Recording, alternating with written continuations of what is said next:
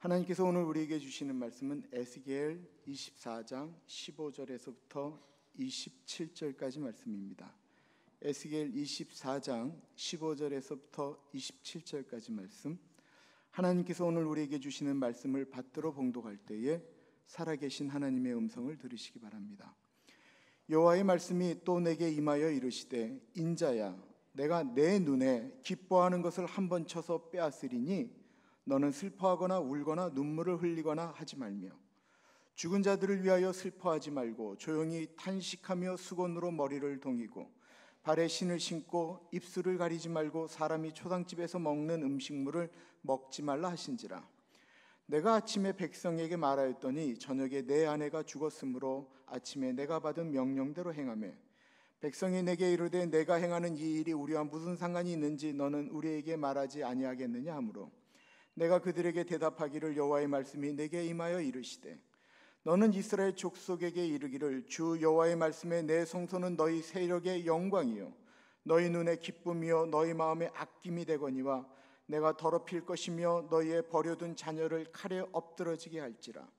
너희가 에스겔이 행한 바와 같이 행하여 입술을 가리지 아니하며 사람의 음식물을 먹지 아니하며 수건으로 머리를 동인 채 발에 신을 치는 채로 두고 슬퍼하지도 아니하며 울지도 아니하되 죄악 중에 패망하여 피차 바라보고 탄식하리라. 이같이 에스겔이 너희에게 표징이 되리니 그가 행한 대로 너희가 다 행할지라.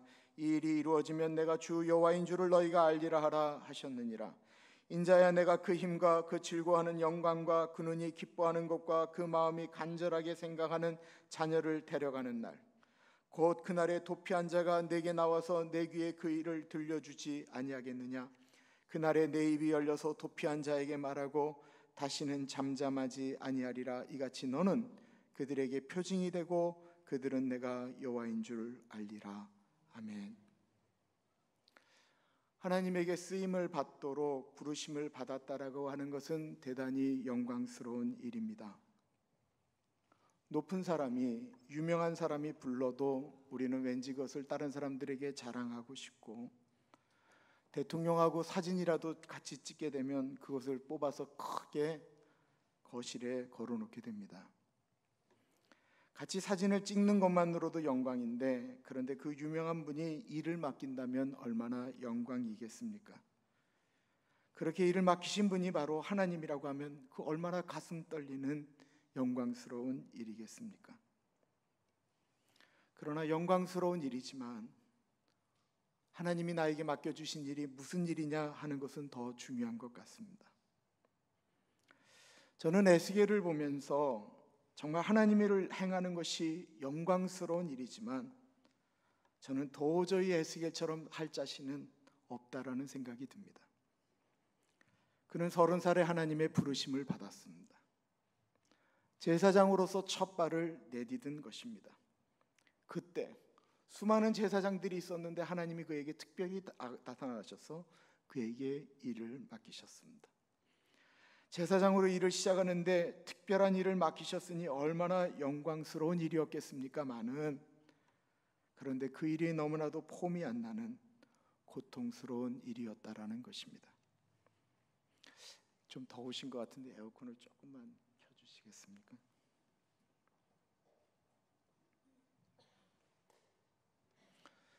처음에 신학교 가서 전도사가 되면 제일 먼저 하고 싶은 일이 무엇인 줄 아십니까?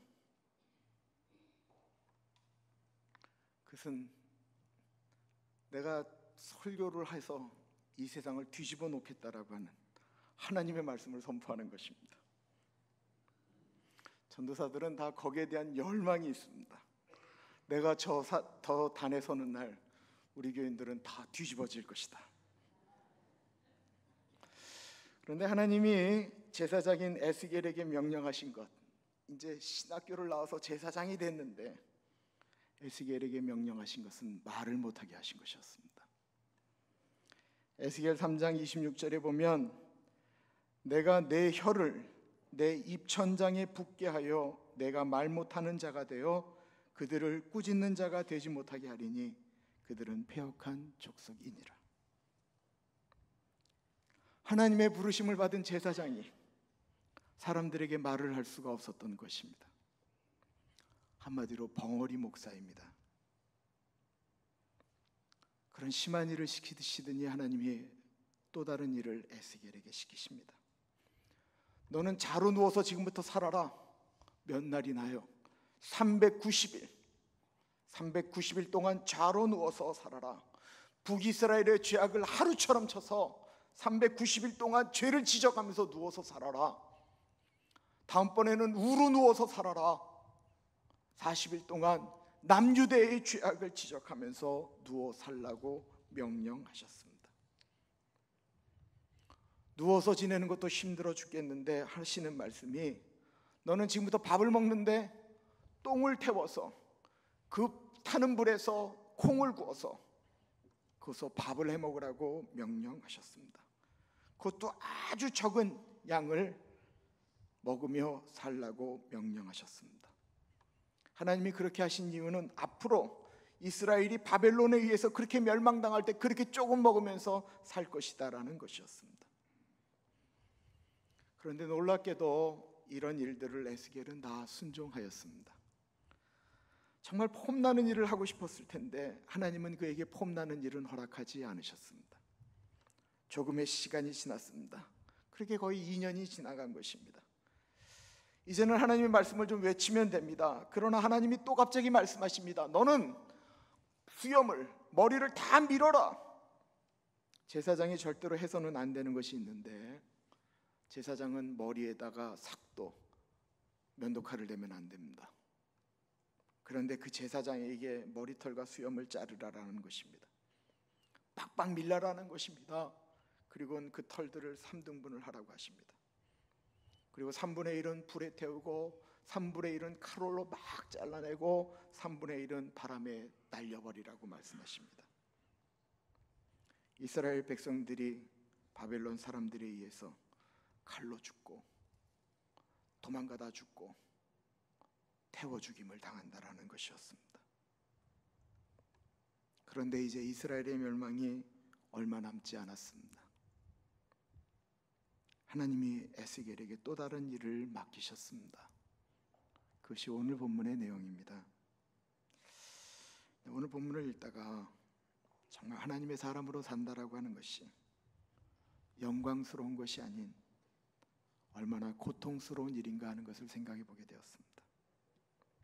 15절부터 17절입니다.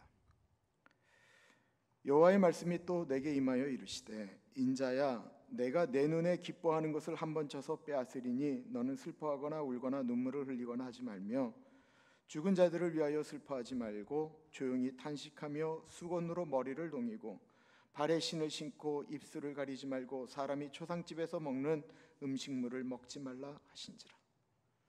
하나님이 갑자기 에스겔에게 말씀하시는 것이었습니다. 에스겔아, 내가 좋아하는 것, 내가 보면 늘 눈가에 웃음 짓게 만드는 것, 그 기뻐하는 것을 내가 빼앗으려고 한다. 근데 내가 그거 빼앗았다고 너 슬퍼하거나 눈물을 보여서는 안 된다. 그리고 혹이나 다른 사람들이 와서 초상집에서 주는 음식 그거 줘도 먹어서는 안 된다라고 말을 합니다. 에스겔이 생각했을 것입니다. 하나님이 도대체 내 눈에 기뻐하는 것 무엇을 가져가신다라는 것이지? 라고 말입니다. 아무리 생각해도 떠오르는 것이 없습니다. 그러면서도 에스겔은 이렇게 고백했을 것입니다. 하나님이 가져가시면 드려야지, 하나님이 것이니 말이야라고 말입니다. 에스겔은 하나님이 가져가신다라고 하는, 눈에 기뻐하는 것이 무엇인지를 몰랐던 것이었습니다. 그래서 아침에 백성들에게 말을 합니다. 사랑하는 여러분, 그것이 무엇인지 모르겠는데 하나님께서 내가 기뻐하는 것을 빼앗아 가신다고 하십니다. 그리고 그것을 빼앗아 가도 슬퍼하거나 울지 말라고 명령하셨습니다. 저도 그것이 무엇인지 모릅니다. 그러나 제가 그것을 빼앗겼다고 울거나 슬퍼하지 않더라도 여러분들은 놀라지 마십시오 라고 아침에 말을 하였습니다. 그리고는 저녁이 되었는데 놀랍게도 하나님이 데려가신 사람은 다름이 아닌 그의 아내였다라는 것입니다. 저는 에스겔이 버틸 수 있는 힘이 무엇이었을까를 생각해 봅니다. 저는 그의 아내였다라고 생각합니다. 20대 잘생긴 청년 에스겔과 결혼한 여인입니다. 우리 남편이 하나님의 부르심을 받고 정말로 멋진 폼나는 하나님의 사람으로 살 줄 알았을 것입니다.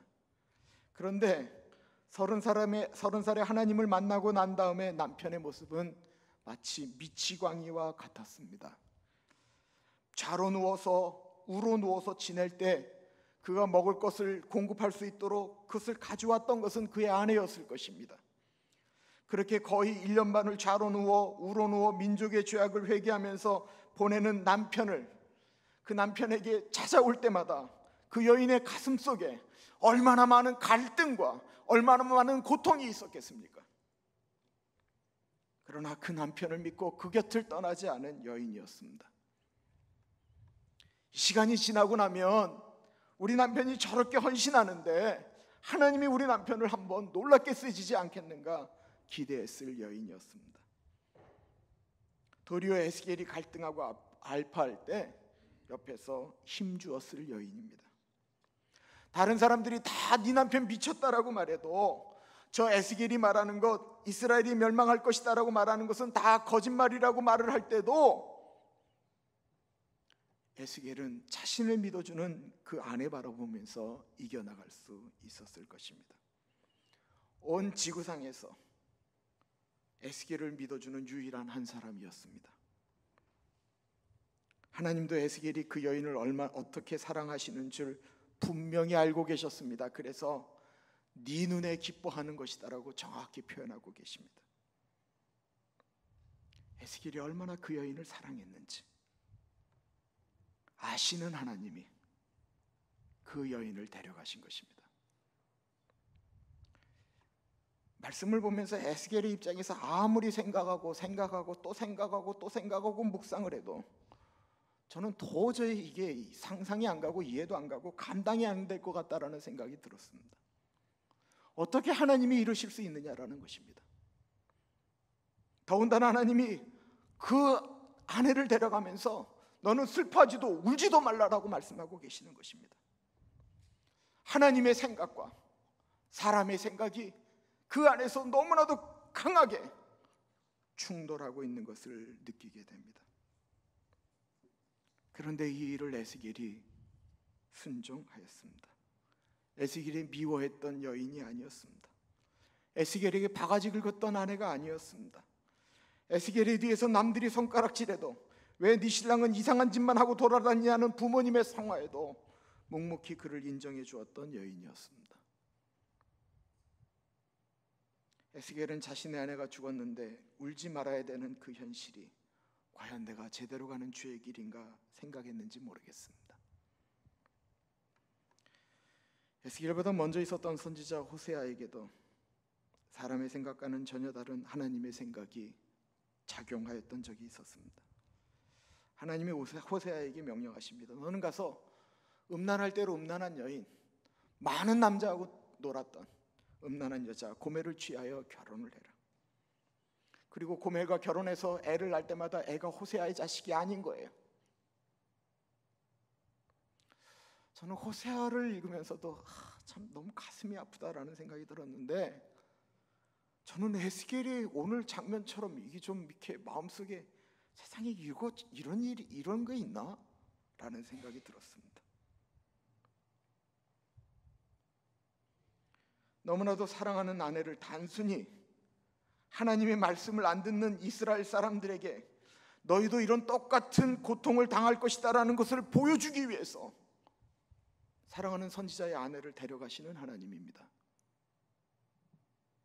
울고불고 실신해도 시원치 않은 판에 하나님은 그 선지자에게 순종을 요구하고 계셨습니다. 모세의 형이 아론입니다. 성경에 나오는 첫 번째 대제사장입니다. 그의 큰아들이 나답이고요, 둘째 아들이 아비후입니다. 이 두 사람이 아버지인 아론보다 먼저 죽었습니다. 그것도 비참하게 하나님의 성전에서 하나님을 향한 분향하는 그 불을, 하나님이 원하시는 불을 쓰지 않았다고 해서 이들이 불에 타 죽게 되었습니다. 그런데 하나님이 그 다음에 바로 아론에게 말합니다. 너 머리 풀지 말어, 너 옷 찢지 말어. 그리고 도리어 백성들을 위해서 제사를 지내라고 합니다. 아비를 잃어 가슴이 찢어지는, 아들을 잃어 가슴이 찢어지는 애비에게 하나님이 그렇게 말씀하셨습니다. 그 장면에 아버지 아론이 순종합니다. 그 절절한 슬픔을 인내하면서 그에게 맡겨진 일들을 감당합니다. 성경 곳곳에는 사람의 뜻과 충돌할 수밖에 없는 하나님이 부탁하는 어려운 일들이 계속해서 일어나고 있습니다. 그리고 오늘날 우리가 사는 이 땅 가운데서도 우리의 생각과 하나님의 생각은 계속 충돌함으로 갈등하게 하는 일들이 끊임없이 일어나고 있습니다. 백성들이 울지 않는 에스겔을 보고 도대체 이것이 무슨 뜻이냐라고 묻습니다. 백성들이 보기에도 너무 충격적인 것입니다. 에스겔의 아내가 에스겔에게 어떻게 했는지, 에스겔이 그 아내를 얼마나 사랑했는지 그 백성들도 다 알고 있기 때문에 그렇습니다. 19절부터 보면 백성이 내게 이르되 내가 행하는 이 일이 우리와 무슨 상관이 있는지 너는 우리에게 말하지 아니하겠느냐 하므로 내가 그들에게 대답하기를 여호와의 말씀이 내게 임하여 이르시되 너는 이스라엘 족속에게 이르기를 주 여호와의 말씀에 내 성소는 너의 세력의 영광이요 너희 눈의 기쁨이요 너희 마음의 아낌이 되거니와 내가 더럽힐 것이며 너희의 버려둔 자녀를 칼에 엎드러지게 할지라. 에스겔이 말하는 것입니다. 이제 남유다에 하나님의 성전이 무너지고 너희들의 자식들이 모두 죽임을 당할 텐데 너무나도 많이 죽기 때문에 울고 자시고 할 수도 없음을 보여준다라는 것입니다. 22절 23절에 보면 너희가 에스겔이 행한 바와 같이 행하여 입술을 가리지 아니하며 사람의 음식물을 먹지 아니하며 수건으로 머리를 동인 채 발에 신을 신은 채로 두고 슬퍼하지도 아니하며 울지도 아니하되 죄악 중에 패망하여 피차 바라보고 탄식하리라. 저는 6.25 전쟁통에 일어난 일을 어머니에게 들은 적이 있습니다. 피난 오실 때 폭격이 온다고 하면 사람들이 가다가 길 옆으로 다 숨는다고 합니다. 그리고 비행기가 지나가면 다시 올라와서 피난길을 가는데 숨지 못해 죽은 사람들, 엄마 손 놓쳐 죽은 아이들, 엄마 손을 잡고 있는데 엄마가 죽어 있는, 처음에는 너무 아프고 가슴 아파서 힘이 들었는데 피난길이 길다 보니까 나중에는 죽음이라고 하는 것이 무감각해지고 시체 옆에서 밥을 먹는데도 아무렇지도 않은 지경에 이르렀다라는 말씀을 들었습니다. 예루살렘이 죽음 앞에 무감각해질 정도로 멸망하였습니다. 그런데 말입니다, 예루살렘은 지들이 잘못해서 그렇다 할지라도 도대체 에스겔은 뭘 잘못했습니까?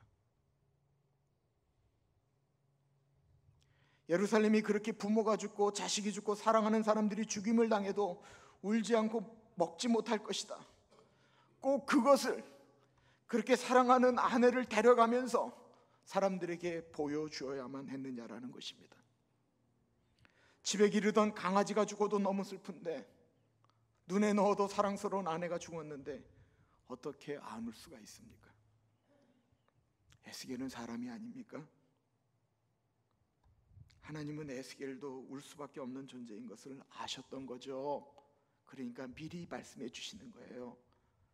너 절대로 슬퍼하거나 울면 안 된다. 독한 사람이기 때문에 울지 않았다, 이게 아니다라는 것입니다. 이게 참 우리 사람들이 모르는 하나님의 깊은 뜻이 있습니다.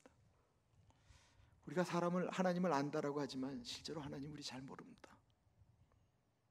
우리가 아는 하나님, 우리 성경 속에서 아는 하나님이죠. 우리는 때때로 우리 인생 가운데 왜 이런 일이 일어나는지 우리가 도저히 알 수가 없습니다. 하나님은 에스겔에게도 그 아침에 알려주지를 않았습니다. 에스겔 정도가 되면, 하나님과 그렇게 교통하면 하나님의 뜻을 다 알겠지 하는데 에스겔도 몰랐다라는 것입니다. 그러나 아내가 죽고서야 하나님의 뜻을 에스겔은 알게 됩니다. 그리고 그 하나님의 뜻을 아는 순간 에스겔은 순종하며 나아갑니다. 하나님은 에스겔을 믿으셨습니다. 하나님은 이스라엘 사람들은 사랑하셨습니다. 하나님이 믿는 사람과 하나님이 사랑하는 사람은 죄송하지만 다릅니다. 하나님이 이 세상 사람들을 다 사랑하셨지만 하나님이 그들을 다 믿은 것은 절대로 아닙니다. 하나님은 에스겔이라는 사람을 믿었던 것입니다. 누워서 살아라 해도, 네 머리를 다 잘라라라고 해도, 아내를 데려가겠다라고 해도, 그래도 그 하나님을 신뢰하고 믿는 그 에스겔을 하나님은 또한 믿었던 것입니다. 하나님이 에스겔의 아픔을 모르셨을까요? 하나님 아셨습니다. 하나님 자신도 아들을 이 땅에 내려보내시면서 그 아들을 십자가에 못 박는 장면에 하나님 침묵하셨습니다. 마치 하나님은 에스겔에 말씀하신 것처럼 본인에게 이렇게 말씀하고 계셨습니다. 아들 예수가 채찍에 맞고 두들겨 맞고 침뱉침을 당해도 나는 참아야 돼. 내 아들이 인간들에게 그런 수모를 당해도 나는 꼼짝 않고 하늘나라에 그대로 있어야 돼. 내 아들 예수의 손과 발에 큰 대못이 박히고 그 망치 소리가 울려 퍼져도 나는 하늘 위에서 내려가면 안 돼. 옆구리 깊숙이 창에 찔려 물과 피를 쏟으며 죽어가도 나는 외면해야 돼. 그 아들 예수가 나의 하나님 어찌하여 나를 버리십니까? 아무리 울부짖어도 나는 그때 가만히 있어야 돼.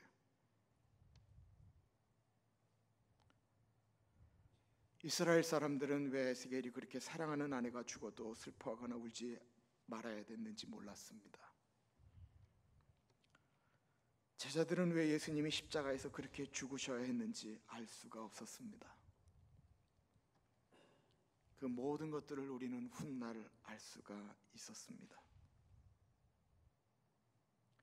하나님이 사랑하는 사람들을 위하여 하나님이 믿는 사람들이 왜 그런 일을 당해야 하는지 사람들은 나중에야 합니다. 얼마 전 참 귀한 이야기를 들었습니다. 어느 목사님의 책에 나오는 이야기인데, 나의 아버지는 고신 교단에서 목회하시던 목사님으로 정말 경건하신 분이었다. 그리고 교회를 전심으로 사랑하셨다. 조그마한 개척교회의 담임 목사였는데 교회를 위해서 40일 동안 금식 기도를 하시다가 그만 17째 되는 날 하나님의 부르심을 받고 세상을 떠나셨다. 나는 당시 하나님을 이해할 수가 없었다. 교회를 위해 금식하며 기도하는데 교회를 불같이 일으켜 세워주시지는 못하실 망정 그 담임 목사를 데려가시면 어떻게 하자는 것인지 하나님이 원망스러웠다. 하지만 내가 당시 가장 이해하기 힘들었던 분은 하나님도 아버지도 아닌 바로 우리 어머니였다. 목사의 남편이 그토록 싸늘한 시신이 되어 돌아왔는데 보통 사람 같으면 목사라는 직분에 대한 회의감이 들지 않았겠는가. 그런데 어머니는 어릴 때부터 자꾸 나에게 내가 커서 목사가 되어야 한다라고 말씀하시곤 했다. 너희 아버지는 교회를 정말 사랑하셔서 교회를 위해 금식기도 하시는 중에 돌아가셨단다. 하나님께서 너무 빨리 부르셔서 미처 열매를 거두지 못하셨지. 그러니 자식인 내가 아버지의 뒤를 이어서 열매를 거두어야 한다. 막내인 나에게 아버지 뒤를 이어 목사가 되라고 하시는 어머니의 말이 견딜 수 없이 싫었다. 어머니는 겉으로 온순하고 착한 내가 목사감이라고 생각하셨던 것 같다. 속은 바리새인과 같았는데 말이다. 몇 년 전 미국 집회를 마치고 어머니가 계시는 시카고에 들렸다가 어머니로부터 놀라운 이야기를 들었다. 처녀 시절 예수님을 영접한 어머니는 예수님을 영접한 이후로 단 한 번도 하나님을 원망해 본 적이 없다는 것이다. 그 이야기를 듣는데 내 머릿속으로 지난날에 대한 필름이 빠르게 지나갔다. 그러면서 아버지가 40일 금식 기도를 하러 가셨다가 싸늘한 시신이 되어 돌아오셨던 그 밤이 생각났다. 우리의 관점으로는 도저히 이해할 수 없었던 그날에도 어머니는 하나님을 원망하지 않았다라는 것이다. 이 사실이 믿어지는가? 우리 어머니가 이상한 분일까? 생각도 없고 감정도 없고 남편이 죽든지 말든지 상관없는 분일까? 어머니의 관점과 하나님의 관점이 충돌하는 그날 밤을 상상해 보자. 남편의 금식 기도를 통해 교회가 불같이 일어날 것이라 믿었던 어머니의 관점과 그런 남편을 데려가신 하나님의 관점이 충돌했을 때 그 밤에 얼마나 큰 투쟁이 있었겠는가, 얼마나 싸웠겠는가. 하나님을 원망하고 싶은 마음이 본능처럼 일어나던 그날 밤, 우리 어머니는 자신의 본능과 얼마나 집요하게 싸웠겠는가. 끈질긴 어머니의 기도로 30살에 내가 목회의 길로 들어섰다. 그리고 기도만 하고 미처 열매를 거두지 못하고 돌아가신 아버지의 기도의 열매를, 교회를 향한 그 기도의 열매를 자식인 내가 지금 말도 안 되는 놀라운 방법으로, 이유를 설명할 수 없는 신비한 방법으로 거두고 있는 것이다. 우리 어머니가 어린 날을 무릎에 앉혀놓고 눈물로 부르던 찬양이 하나 있다. 아, 하나님의 은혜로 이 쓸데없는 자 왜 구속하여 주는지 난 알 수 없도다. 내가 믿고 또 의지함은 내 모든 형편 아시는 주님, 늘 보호해 주실 것을 나는 확실히 아네. 에스겔 24장을 묵상하고 기도하고 설교를 준비하면서 도저히 내 상식으로는 이해할 수 없을 때, 갈등할 때 이 글을 읽었습니다.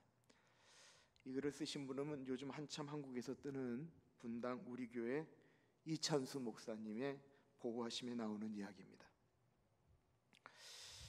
에스겔을 생각하는 것보다 저는 더 이해할 수 없는 이찬수 목사님의 어머니, 그러나 우리 믿음의 선진들이 걸어갔던 길이 그 길이었습니다. 우리의 삶에 이해할 수 없는 일들을 우리는 경험할 때가 종종 있습니다. 그러나 우리가 이해할 수 없는 것보다 그런 우리들을 이해할 수 없는 분으로 사랑하셔서 천국 백성 삼아주신 그 하나님 아버지의 은혜를 붙들고 살아가는 우리 모두가 되기를 축원합니다. 우리 하나님의 은혜로 한 번 더 찬양할까요? 근데요, 키를 조금만 낮춰줬으면 좋겠어요. D로 해주세요. D. 우리 1절만 그냥 눈 감고 부르겠습니다. 눈 감고.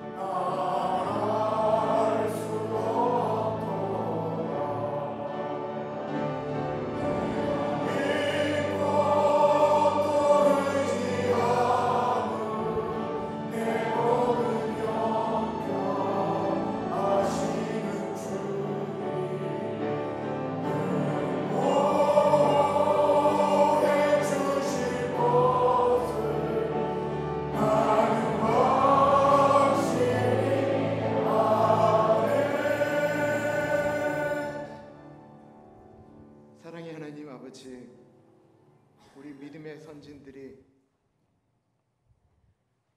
정말로 하나님의 뜻을 이 땅 가운데 전하기 위해서 얼마나 많은 아픔을 경험해야 됐는지 모르고 살 때가 있습니다. 4천여 년 동안 하나님 모르고 우상 숭배하던 저 작은 조선 땅에 그 수많은 젊은이들이 와서 온 지 3일 만에 죽고 그곳에서 자식을 낳을 때마다 그 자식이 풍토병에 걸려 죽는데도 나에게 1000개의 목숨이 있어도 그 1000개의 목숨 사랑하는 조선을 위하여 바치겠다라고 고백하며 죽었던 사랑하는 분들, 왜 이런 고통을 주시는지 알지 못하면서도 이것에는 하나님의 기쁜 뜻이 있지라고 고백하며 양화진에 묻혀져 있는 수많은 분들, 하나님 아버지, 우리는 얼마나 우리가 할 수 없는 것들 때문에 하나님을 원망하며 살고 있는지 하나님 아버지 뒤돌아보게 됩니다. 우리에게 한량할 수 없는, 셀 수 없는, 비교할 수 없는 은혜를 주셨는데 주님, 늘 눈에 보이는 것들 때문에 아파하고 갈등하는 우리들입니다. 하나님 아버지, 십자가의 은혜를 가슴에 다시 한번 담는 우리들 되게 하여 주십시오. 벌레만도 못한 우리들을 위하여, 우리가 주님께로 나아가게 하기 위하여 얼마나 많은 사람들이 수고하였는지, 얼마나 많은 사람들이 핍박을 당하며 피를 흘리며 고통하였는지 아는 우리 민족 되어질 수 있도록 인도하여 주시고, 주님이 가나안 교회에서 그런 자들이 또한 일어나게 하여 주옵소서. 존귀하신 예수님 이름으로 기도드립니다. 아멘.